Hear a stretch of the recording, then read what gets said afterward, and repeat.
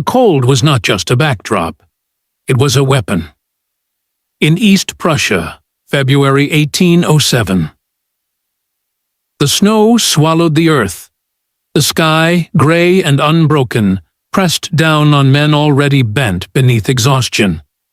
Napoleon Bonaparte stood at the edge of Eylau, staring into a blizzard of blood, yet to be spilled. His Grande Armée was bruised. The Russian campaign had grown sluggish, more cruel than glorious. Each mile claimed by France was paid for in limbs, in frost-bitten silence, in soldiers who fell asleep in snowdrifts and never woke up. Yet Napoleon pressed forward. Always forward. He believed the Russians would break, if pushed hard enough. But Eylau was no hollow city. It was a hinge, a small wind-whipped town where destiny seemed to pause and hold its breath. Inside the town, French troops stumbled into houses stripped bare. No food, no firewood, just old Prussian families, too afraid to speak. A dead town, waiting to be buried. To the north, Russian General Bennigsen readied his army. Hardened, scarred, and slow to retreat, the Russians had chosen this place to make their stand. Behind them was Königsberg. Behind that, the edge of the empire. Napoleon had hoped to strike them divided. He was wrong. They were unified. Waiting. On the night of February 7th, a storm rose that turned dirt roads into frozen veins. Soldiers barely visible through the flurries fired blindly. What began as skirmishes grew into a chaotic clash in the darkness. Screams vanished into the snow. By morning, the battlefield looked like a graveyard before the bodies had fallen.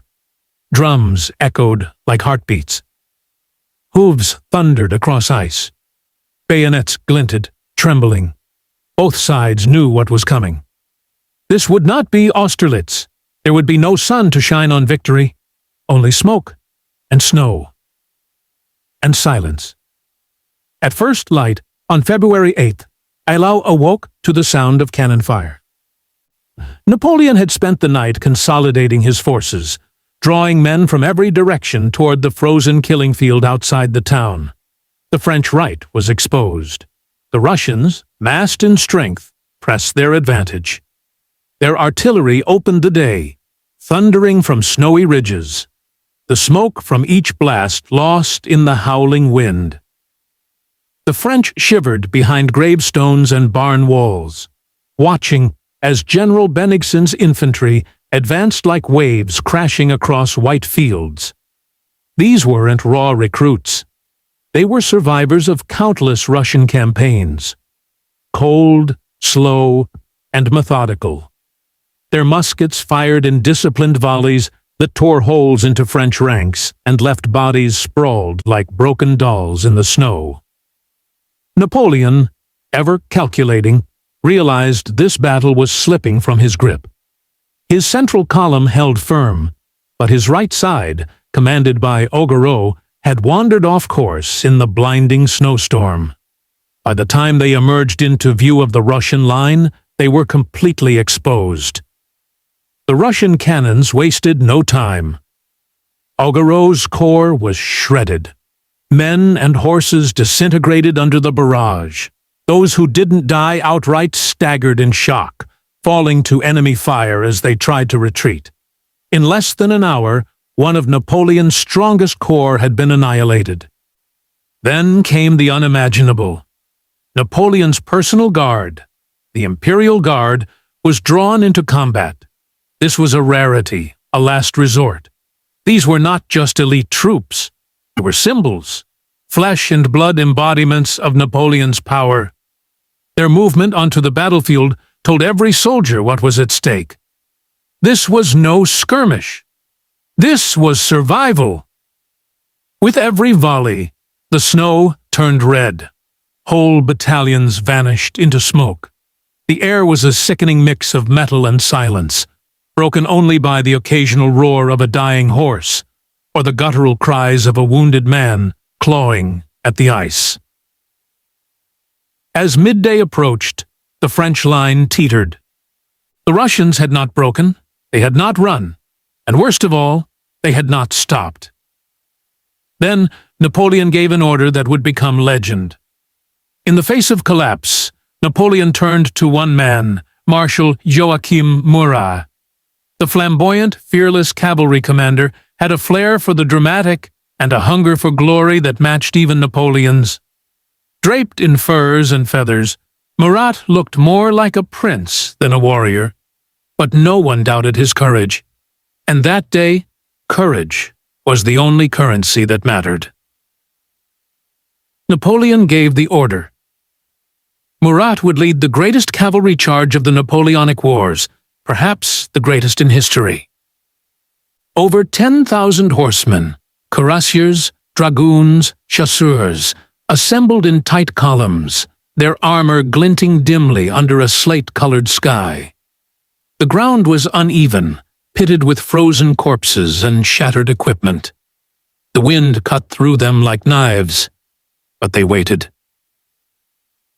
And then came the cry. The bugles pierced the winter air, and Murat's horse reared.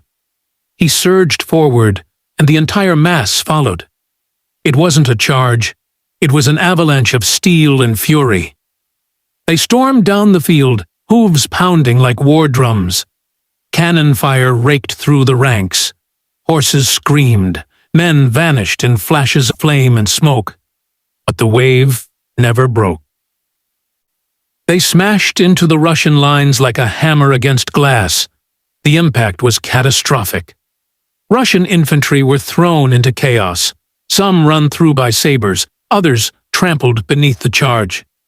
Twice they surged through the lines, once into the center, once deeper, into the heart of the enemy artillery. For a moment, it looked as though Murat's wild gamble would win the day. The Russian center bent, but it did not break. The cavalry returned bloodied and exhausted. Thousands of horses never made it back. The snow beneath them was no longer white. Napoleon watched silently. His army had shown unmatched bravery, but the cost was becoming unbearable. And then came another sound, a distant echo, low and thunderous. Reinforcements. But for whom? From the horizon, columns of dark-coated men emerged, disciplined, relentless, unstoppable. They were the Prussians. Led by General Anton Wilhelm Lestock, they had marched through sleet and exhaustion to reach the battlefield just in time. And they weren't coming to save Napoleon. The Russians roared to life. Galvanized by the arrival of their allies, they launched a counteroffensive with renewed force. Artillery belched fire across the field. Infantry pressed forward in tight formation. The French, reeling from Murat's failed breakthrough, were caught between a reawakened Russian line and a fresh Prussian division. The battlefield was no longer a place of strategy. It was a butcher's yard. In the village of Eylau, French and Russian troops fought house to house, floor to floor, stabbing, choking, and shooting at point-blank range. The air inside the buildings was thick with powder and blood. Outside, the snow had turned red-brown, a sludge of ice and death. Marshal Soult's corps, one of Napoleon's finest, buckled under the pressure. His men fought like devils, but exhaustion and dwindling ammunition left them vulnerable. Units dissolved, lines broke. Men who had survived Austerlitz and Jena now screamed for their mothers as they fell into the icy mud. Napoleon stood near the church tower, his face pale, his mouth tight. This was not how his campaigns were supposed to go. He had expected a decisive blow. What he got was a nightmare. By late afternoon, the battlefield was a swirling maelstrom of fog, smoke, and ruin. Neither side could claim clear control, yet neither would retreat. The Russians had not broken.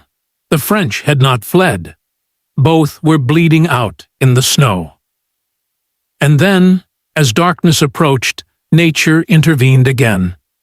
A blizzard, worse than the last, swept across the field. Visibility dropped to zero, muskets froze, horses collapsed. Men wandered aimlessly, mistaking friend for foe. The battle simply stopped. Not from a truce, not from victory, but from exhaustion. By morning, more than 50,000 men were dead, wounded, or missing. And nothing had changed. When the storm lifted, the sun did not shine. It revealed only the aftermath. Frozen corpses blanketed the field.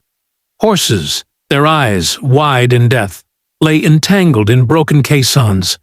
Severed limbs jutted from snowbanks. The once white expanse had turned into a graveyard of churned red slush and blackened bodies. Napoleon rode slowly across the ruins of his ambition, silent, grim. He stopped at a ridge overlooking the field where Murat had charged. Dozens of cuirassiers still lay there, their steel breastplates dented and bloody. One still clutched his saber, arm frozen mid-swing. Napoleon said nothing. There was no triumph to be declared.